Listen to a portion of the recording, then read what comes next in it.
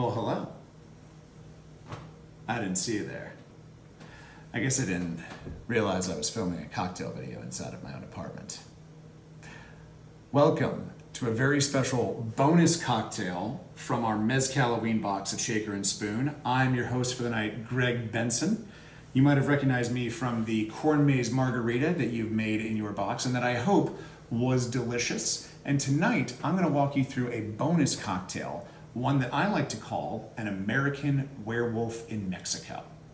Now, for starters, why is it called an American Werewolf in Mexico? Well, it's based off of one of my absolute favorite flavor combinations in the entire cocktail world.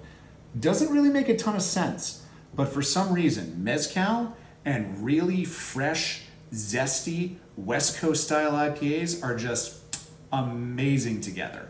Not really sure what it is, tough to put my finger on it. Could be that the sort of bitterness of the hops and that lightly acrid, kind of funky, earthy thing from the mezcal just pair really nicely. But honestly, it doesn't really matter to me why it works, because it definitely does. Point of fact, while I will always advocate topping off a regular tequila margarita with a Corona Rita or some other light lager like that, I will always say that you should top off a mezcal margarita with a good, fresh, super hoppy IPA. Now, you might be asking, what does that have to do with werewolves exactly? Well, the scientific name for hops is Humulus lupulus, which means, in English, the low-lying wolf. So we're going to start off with a rocks glass with a nice big juicy cube in there. And we're going to take a little bit of this Barefoot Botanicals IPA tincture available in the Shaker and Spoon store. Shake it up just to make sure that you get everything nice and mixed up there. And we're going to put 2 dashes into our cocktail. Now at its heart, this drink is basically a Oaxaca Old Fashioned. And if it's a Oaxaca Old Fashioned, we're going to need to use agave syrup. But not just any agave syrup. We're going to use some stuff that's actually pretty near and dear to my heart. I've actually been bringing this into the United States for about a year now. And honestly, I love it. It's very, very special to me. And it all started, interestingly, this whole journey with me and this syrup and us being here right now, started because Americans were drinking less beer. It's true. For the last 3 or 4 years, beer consumption in every category across the board in the United States has been dropping like a stone, with one weird exception. And interestingly enough, that exception is Mexican lagers. Every other category is going down. Mexican lagers are holding steady. And that means that if you're a big multinational beverage corporation, I'm not going to name one, but they know who they are, and you have a Mexican lager in your portfolio, you are tripling down on that right now.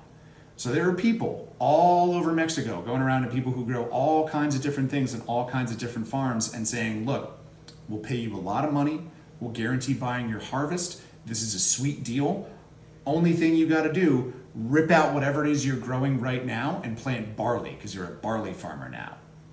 And they happen to make this offer to a community that is a friend of a friend, and they didn't want to do this. They didn't want to be barley farmers, they wanted to be agave farmers, like they've been for generations. And frankly, as much as they wanted to be agave farmers, I also wanted them to be agave farmers.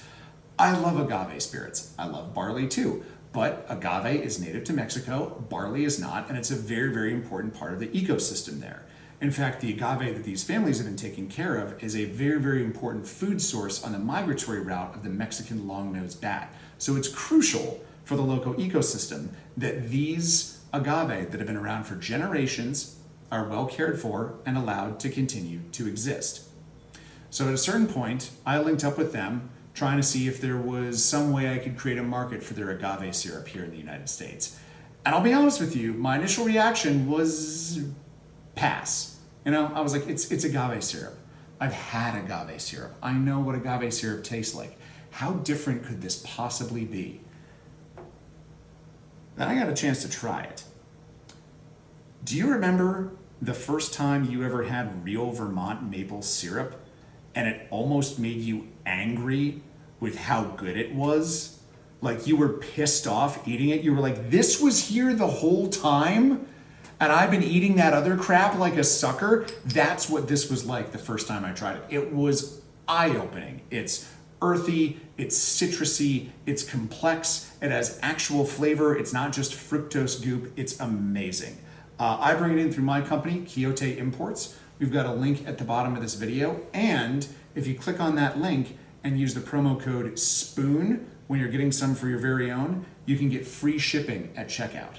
But for now, we're gonna take this and we're just gonna put a nice big bar spoon into our cocktail. Now, traditionally, Oaxaca Old Fashions are a split base. It's a split between mezcal and reposado tequila. That's lightly aged tequila. Frankly, I think this drink is delicious with just the mezcal, but I wanted to mix it up and do something a little bit extra. So I brought in a little assist from my friends at Abasolo Mexican Whiskey. Now this is a corn-based whiskey, and honestly, it's delicious. They put the corn through the same process that's used to make hominy. That's that sort of puffed corn thing that you get in pozole, and it is awesome. And it's also like a fun little dig in the eye at some historical documents that I've read, because a lot of the early American writings about mezcal and tequila and other spirits from Mexico were dismissive, to say the least. And one of their favorite little digs that they would put in there, they would call it Mexican whiskey. And I don't think they meant that as a compliment. But screw you, dusty old 19th century journalists. This stuff is delicious. So we're gonna take 1 ounce of it and put it into our cocktail.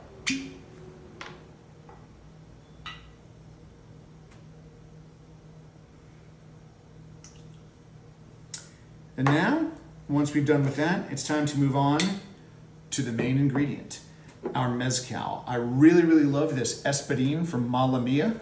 It's a little earthy, a little slaty, but it also, like the agave nectar that I'm bringing in, has a little bit of fruitiness to balance all that out. So we are gonna pour 1.5 ounces of this and add it to our cocktail. And now, because this is an old fashioned and it is very, very simple, we're just gonna give that a nice light little stir in the glass.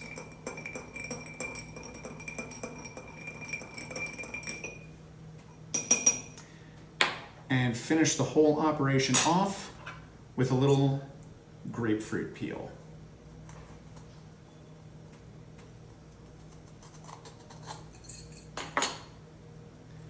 Give that a little squeeze and a twist. And now, the most important part of the entire process. Cheers.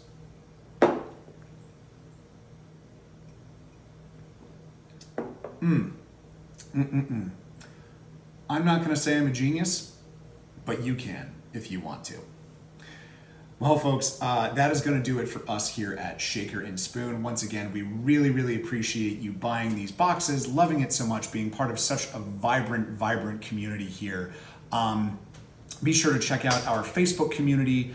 If you like us, feel free to follow us on social media. I'm 100 Proof Greg on there. And remember, click the link, quixoteimports.com, and get free shipping at checkout. But for now, happy Halloween, everyone, and cheers.